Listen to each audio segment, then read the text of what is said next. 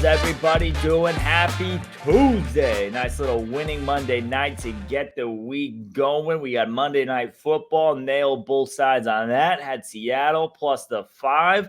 Got that line up until before game time. Well, I'll get into that in a second. We also had the under on the game, 45.5. That was up and down as well. Cast that as well. One loser on the night, 1 unit bet on the Lakers total. All the stars in that game showed out as far as the over-under. But man, the role players for the Lakers, I mean, D'Lo and Reddish both missed that last game in San Antonio. They did not look good, shot the ball like shit. As good as LeBron was, he still didn't have the best shooting night, even though he did have a triple-double. So opportunities there, just the shooting did not get it done for us from the Lakers, hence them losing that game. But a couple of winners on the football game. And like I was saying, that line, right, originally announced Geno Smith active, gonna play, goes up, right? And then comes back down once he was announced. Then it was announced he was out. Then it goes back up. So up until 10 minutes before kickoff, it wasn't a true starter name. It was Geno Smith active, Locke active, no starter name. Carroll's going to make a decision. Ended up going with Locke. Ended up being the right decision. They ended up pulling it out. He looked pretty good in the prior game against San Fran as well. But yeah, that fluctuated the spread from 5 to 3.5 to 4 to 4.5, back up to 5. It was going up and down right before kickoff. That was one of the later decisions at naming a starting quarterback that I have seen in a while. Granted, we bet that thinking Drew Lock was in, ended up being Drew Lock. But if it would have been Geno, it just would have been, I think John sent it out in the notification, would have been a plus there. Philly, man, blew a double-digit game there. Can't be happening when you're trying to get that 1 seed. Obviously, those hopes are dead. We'll see that more going on later on this season. We'll see if San Fran has any issues closing out. Really, it's only this Christmas game coming up with Baltimore.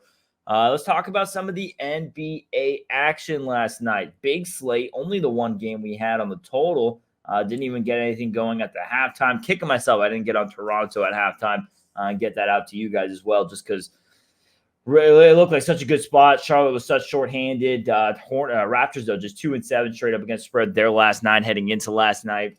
Didn't know if we'd be able to see them come out and have the big second half. And then what do you know? They blow them out in the fourth quarter by 17 points. Absolutely ridiculous.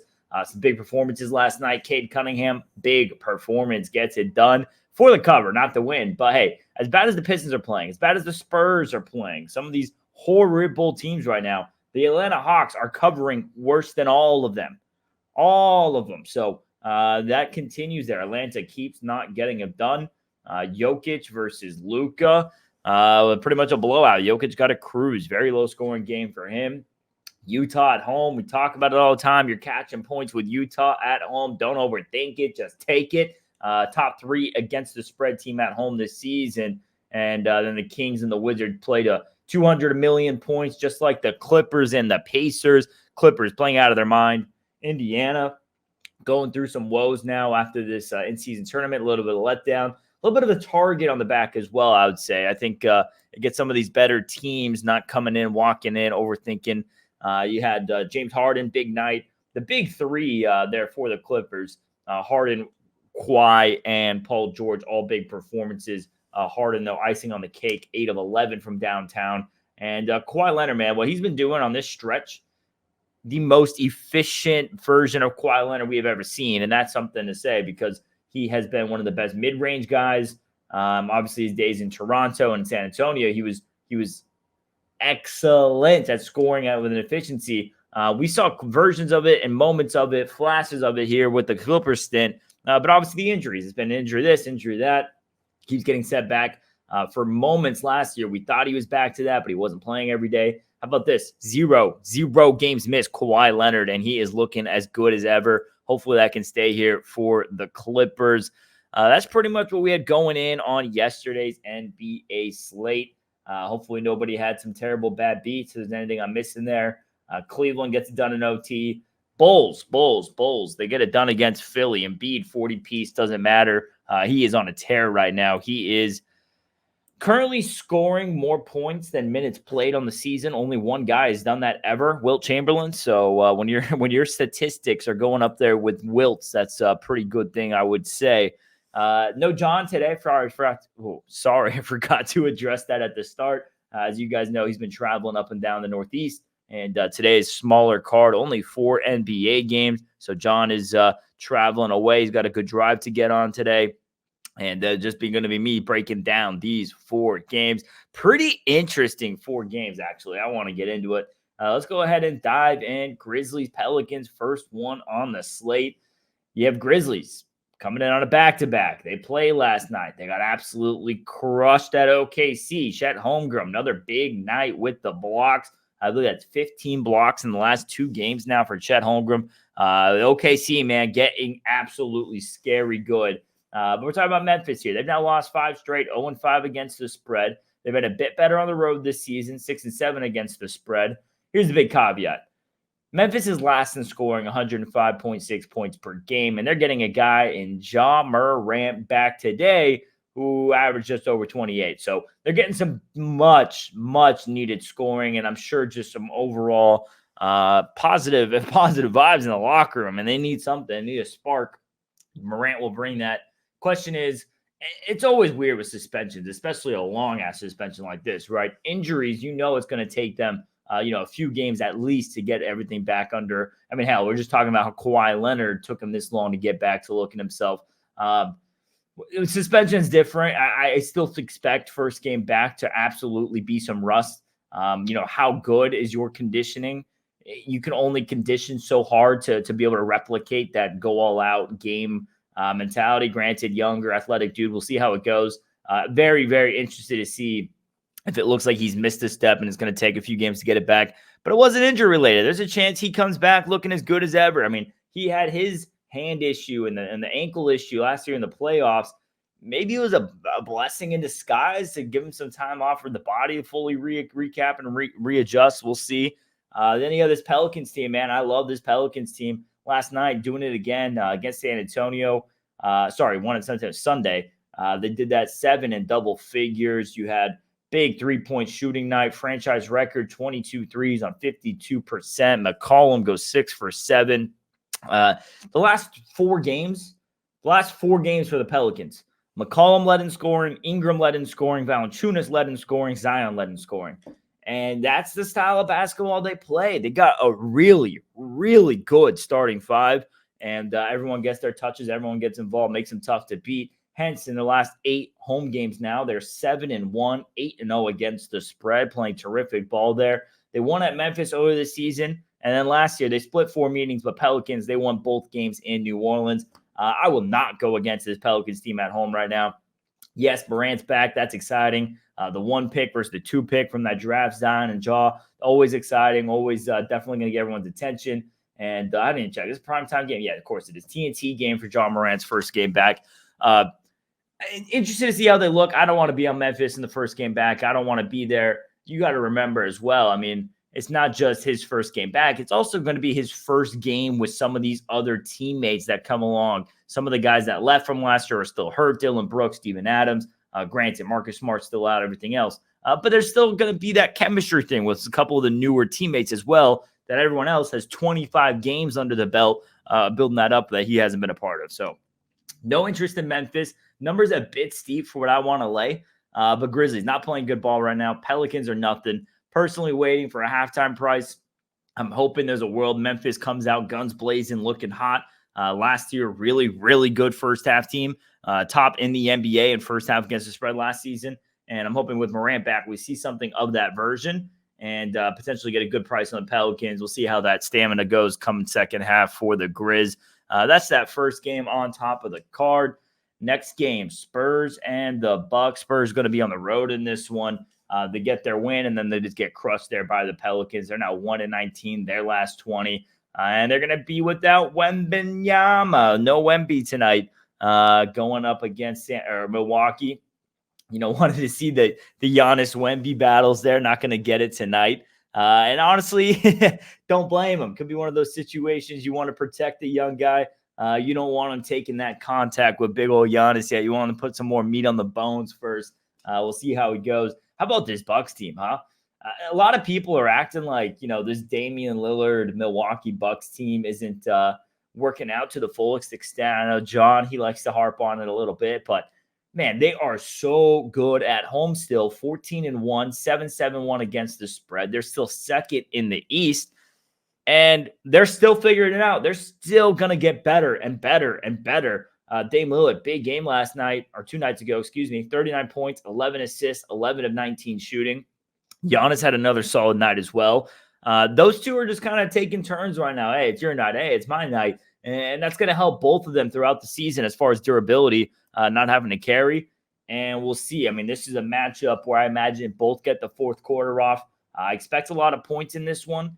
You have the total that matchup trends a little bit under, but obviously Bucks and Spurs, a couple of your more higher scoring matchups. You have Spurs 27th in points allowed and Bucks second in scoring. So imagine we see a lot of points. Big old number on this game. I am not looking to lay 16, but I do not want any part of the Spurs currently. This is over or nothing. I think if you're even thinking about laying 16.5 points tonight, just go take a look at that over. Might be a little bit more enjoyable way to bet this game. Over or nothing. And I guess I'll say Bucks or nothing, but no way in hell am I laying a 16.5 point favorite in the NBA. Way too many points. Celtics Warriors, this next game on the card. I don't know if you guys heard John's comment on the live yesterday. Obviously, I am looking at Golden State in this game, if you caught that. Here's the thing. Golden State, not the same. I get it, okay? Not the same. They play this matchup tough. 5-0 against the spread the last 5 meetings. They split meetings last year. Warriors won at home, and they lost at Boston, but they covered at Boston. Still a close game. They played them tough. And obviously, the prior season, they met in the NBA Finals. Warriors beat them in 6 games in that. So you could argue a little bit of a revenge factor here for the Celtics, who are playing pretty damn good ball. Here's the catch.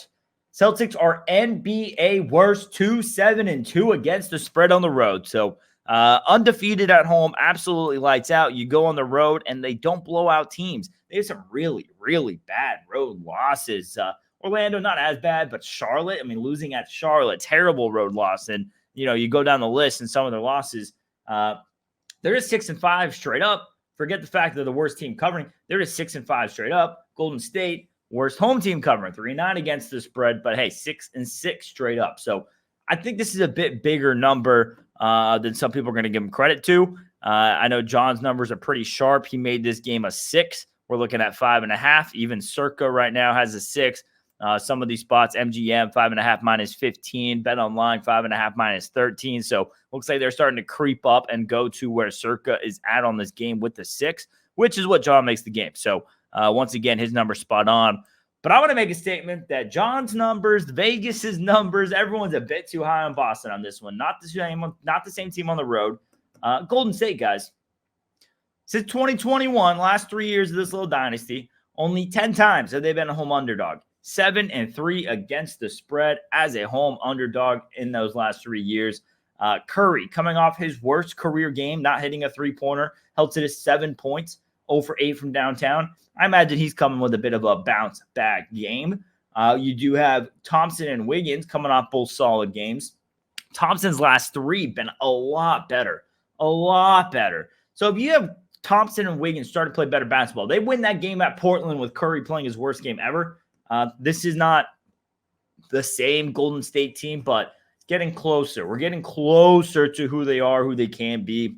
And it's Warriors or nothing all the way. I like Golden State in this spot. I think they keep it close. I would not be surprised one single bit if they win this game. Obviously, this is going to be a intense environment, TNT, primetime game. They just met in the finals. I mean, Golden State is still a tough place to play, especially against a high-edge opponent like this where everyone's going to be getting up for it. Gotta like Golden State catching the points here. Hey, maybe John's right. Maybe the books are right. Maybe Boston comes and blows the doors off the plays. Maybe Klay Thompson and Wiggins go back to the norm. Maybe Curry goes in the biggest shooting rut we've ever seen, drops another 0 for 7 from 3. But I think Golden State's trending back upwards. I think this is perfect. Sell high on Boston, buy low on Golden State. It's just one of those games. But we talk about that in football, right? We talk about that with the Cowboys Chargers. Me and John addressed that yesterday. Coming up next week. I mean, this is people going as low as you can on the Chargers. That's where you buy. This is people going as high. Sorry, I said Cowboys Chargers. Bills Chargers. There's people going as high as they are in the Bills after beating the Cowboys and beating the Chiefs. So that's selling high, buying low in that game. That's kind of how I'm seeing this with Golden State tonight. You got to remember, as bad as things are looking with Draymond Green, all the issues, everything else, so the Golden State Warriors catching 5.5 points, probably 6 the way the line's going by tip-off tonight. So we'll be looking to catch that Warriors plus the points. We'll see how that treats us. That's the only bet I'm on so far tonight. John, currently no bets out to how to beat the bookie members. That could change with halftime, but small slate, no bets. We have a massive card tomorrow. After I'm done with this, I'm going to be watching those lines, waiting for things to come up. John already gave me his numbers on the games, and anything non-injury related, we will be firing away. If you guys want those, by the way, sign up on our app, Massive Edge, or download or go on the website, massiveedge.com, and you guys can start to get those bets as they come out. One more game on the slate, guys. Let's get into it. Suns at Portland. Suns coming off a sketchy win there against Washington. Sketchy. They were down for most of that game. It took some late scoring efforts from Booker and KD, who still did not shoot the best on the game. They combined for 55, but both shot under 50%, combined for 21 of 48. And as a team, they were 23% from downtown. Obviously, Bradley Beal, he's injured, so going to continue at least another 2 weeks is what is expected with just these two guys. How long can they go? They are not covering right now. 1-8 against the spread their last 9. And then you have this Blazers team who blew that game against Golden State the other night. Granted, they covered. We were on them. It took them 6. They covered for us. They lose that one by 4. Grant had a solid night. Obviously, they held Curry down to one of his worst games ever, so that's got to stand for something.